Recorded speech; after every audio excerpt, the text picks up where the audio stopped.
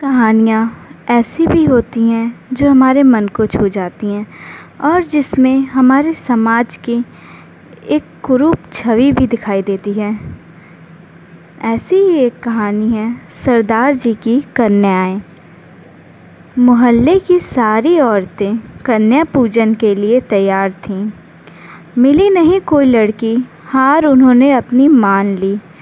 फिर किसी ने बताया अपने मोहल्ले के हैं बाहर जी, 12 बेटियों का बाप है सरदार जी। सुनकर उसकी बात हंसकर मैंने कह दिया, बेटे के चक्कर में सरदार बेटियां 12 कर बैठ गया। पड़ोसियों को साथ लेकर जा पहुंचा उसके घर पे। सत श्री अकाल कहा मैंने प्रणाम उसे करके। कन्या पूजन के लिए आपकी बेटियां घर लेकर जानी हैं। आपकी पत्नी ने कन्या बिठा ली या अभी बिठानी है? सुन के मेरी बात बोला, सरदार जी आपको कोई गलतफहमी हुई है। किसकी पत्नी जी? मेरी तो अभी शादी नहीं हुई है। सुन के उसकी बात मैं तो चकरा गया। बातों बातों में वो मुझे क्या क्या बता गया। मत पूछो इनके बारे में, जो बातें मैंने छुपाई हैं। क्या बताऊं आपको कि मैंने कहां कहां से इन्हें उठाई है। माँ बाप इनके हैवानियत की हदें सब तोड़ गए। मंदिर, मस्जिद और कई अस्पतालों में थे इन्हें छोड़ गए। बड़े बड़े दरिंदे हैं अपने इस जहान में। ये जो 2 छोटियाँ हैं मिली थी मुझे कूड़ेदान में। इसका बाप कितना निर्दयी होगा जिसे दया ना आई नन्ही सी जान पे। हम मुर्दों को लेकर जाते हैं, वो जिंदा ही छोड़ गया इसे शमशान में।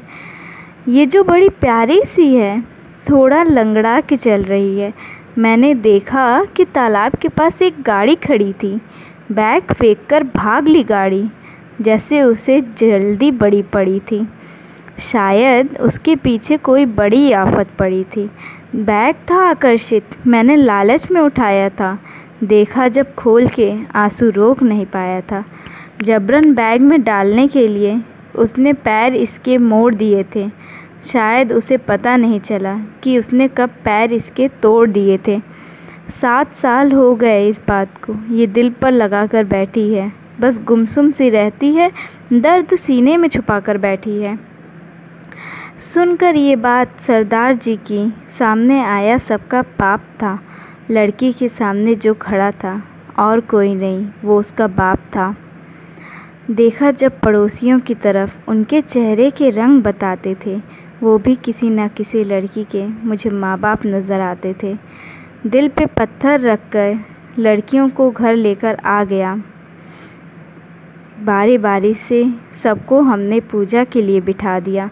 जिन हाथों ने अपने हाथ से तोड़े थे जो पैर जी, टूटे हुए पैरों को छूकर मांग रहे थे खैर जी।